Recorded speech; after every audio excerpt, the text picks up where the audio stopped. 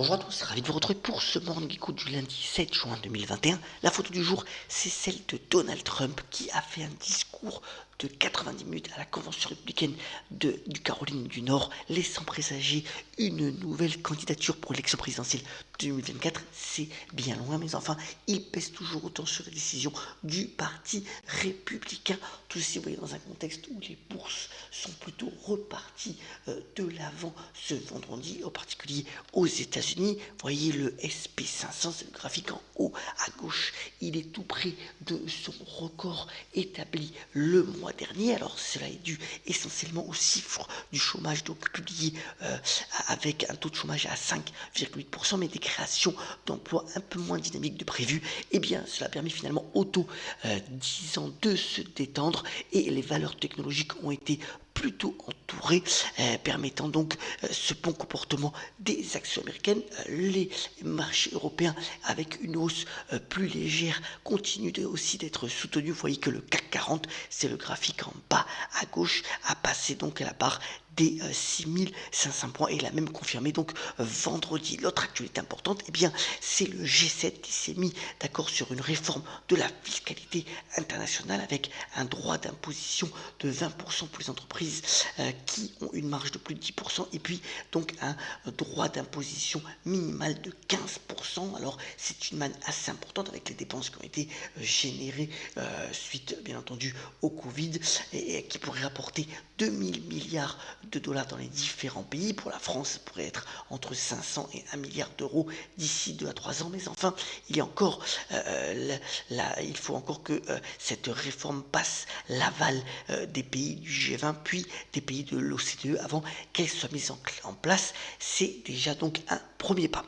Autre actualité sur les crypto-monnaies, eh bien, c'est toujours pas mal d'annonces autour du Bitcoin et des autres donc crypto-monnaies, mais là, ce qui est assez important, c'est le Salvador, qui est un pays donc d'Amérique centrale, assez petit certes, mais qui veut faire donc du Bitcoin, eh bien, une monnaie officielle pour son pays. Alors, savoir que 70% des Salvadoriens n'ont pas de compte bancaire, ont besoin des ressources venant de la diaspora, des Salvadoriens à l'étranger, et eh bien, le meilleur moyen qu'a trouvé le président, c'est d'utiliser la crypto-monnaie, le Bitcoin, pour pouvoir permettre ces flux de capitaux. Alors, ça devrait être donc concrétisé d'ici à la semaine prochaine. C'est une première.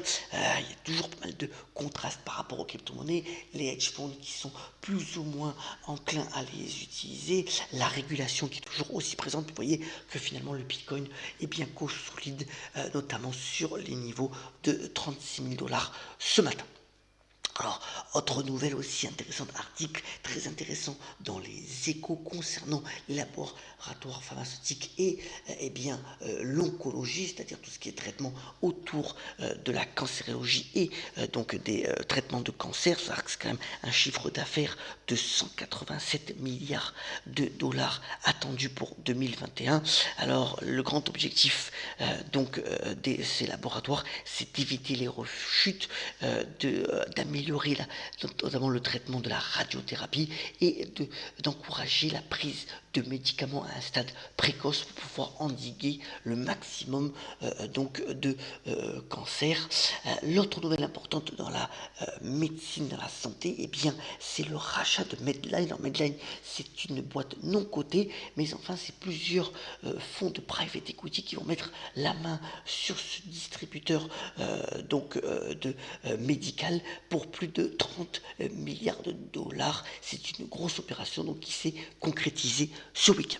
Alors, c'est lundi, comme je vous ai mis le calendrier de la semaine. Alors, il est moins riche que les semaines précédentes en termes de statistiques macroéconomiques ou de résultats d'entreprise. Mais enfin, il y a deux éléments importants qui se dérouleront d'ailleurs jeudi. C'est donc le chiffre de l'inflation aux États-Unis. On sait qu'il est très scruté par les marchés, mais aussi donc la réunion de la Banque centrale européenne qui doit certainement démontrer une amélioration des conditions macroéconomiques sans bien apeurer les marchés quant à une éventuelle tension sur les taux d'intérêt à long terme. Donc voilà, ça va être un peu un discours d'équilibriste attendu par la présidente de la BCE, Christine Lagarde, à suivre jeudi après-midi.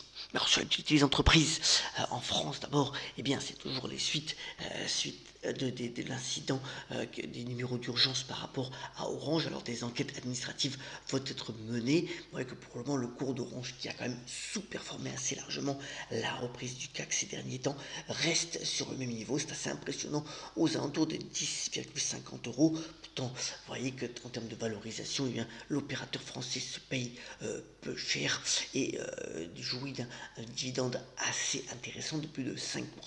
Mais voilà, pour le moment, il n'y a pas d'intérêt plus important que cela pour les investisseurs. Et puis, dans la saga Vivendi Universal, eh bien, c'est Bill Ackman, qui est le célèbre investisseur américain, qui va prendre 10% d'Universal Music. Donc, pour Universal Music, qui avait été valorisé à 30 milliards d'euros pour cette transaction en particulier, ces 10%, et bien la dernière valorisation attendue, c'est celle de 35 milliards d'euros, avant bien entendu, comme on l'a dit dans cette chronique, une mise en bourse de 60% d'Universal d'ici à l'automne. Vous voyez que sur ces différentes annonces, l'action Vivendi n'a pas vraiment bougé, s'approchant de ses plus hauts depuis 5 ans. Alors, autre activité aussi intéressante, d'abord, eh bien, Reckitt qui va se séparer. Alors, c'est une boîte londonienne assez grosse qui intervient à la fois dans les produits de consommation, mais aussi eh bien, dans de nombreux produits pharmaceutiques, notamment distributeur du Nurofen. Eh bien, Reckitt va se délester de sa division santé pour les enfants et nutrition pour les enfants, pour sa division en Asie, pour 2,2 milliards de dollars. Donc, Reckitt continue à se réorganiser. C'est une belle boîte anglaise, peut-être moins connue par les investisseurs, mais qui mérite finalement d'être regardée pour le moyen long terme. Et puis dans l'athléisure, c'est-à-dire les vêtements et équipements pour à la fois faire du sport et pour le loisir, eh bien Lululemon, la boîte canadienne dont on parle assez fréquemment dans cette chronique, a publié des résultats solides avec encore une croissance des ventes assez significative attendue pour 2021. Vous voyez que sur ces résultats publiés, eh bien, l'action Lululemon a repris plus de 3% à la bourse de New York vendredi et conserve un beau potentiel de croissance. Alors pour cet été, eh bien là, on peut parler, et c'est le Figaro qui le relate ce matin, de la revanche des théâtres, avec bien entendu les mesures de déconfinement qui continuent et qui devraient être donc maintenant c'est 23 heures pour pouvoir sortir à partir de ce mercredi, mais aussi la jauge qui devrait être mise à 100% pour les théâtres de plein air d'ici au 1er juillet. Eh bien, c'est les festivals qui reprennent, comme par exemple celui de Sarlat, mais aussi le festival de Ramatuelle, attendu donc entre le 27 juillet et le 11 août. Et les acteurs ont à cœur donc de pouvoir jouer, de pouvoir divertir, ou plutôt donner du plaisir aux spectateurs. Le rire va être bien entendu très favorisé pour le retour donc du théâtre sur le devant de la scène, c'est le cas de le dire, pour cet été.